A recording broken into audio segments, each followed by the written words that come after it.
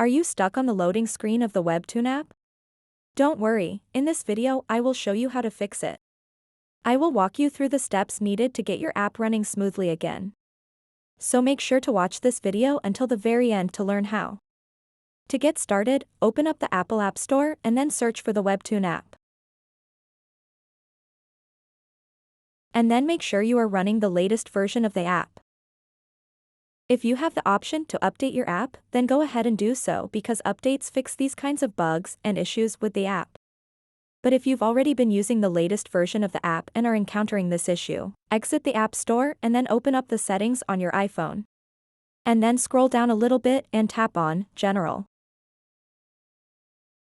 And then tap on iPhone Storage. So now what you want to do next is scroll down and find the Webtoon app. Once you find it, tap on it. And then, once you are on this screen, tap on the Offload app. Tap on the Offload app one more time to confirm it. So now it will take a couple of seconds to do its thing. Once that's done, you will see an option to reinstall the app. So go ahead and tap on that to reinstall the app. So now your app should work fine. But if you are still encountering this issue, then what you want to do is come to this exact screen that we are on right now and then tap on Delete App to uninstall the app from your device.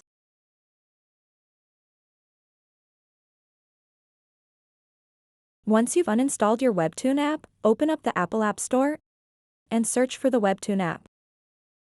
Tap on the Get button to reinstall the app on your device, and hopefully that will fix the issue.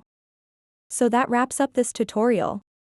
If you have any questions about this whole process, please let me know in the comments section below. And if this video helped you out, please give it a big thumbs up and subscribe to this channel for more tutorial videos like this one. Thank you so much for watching and have a good day.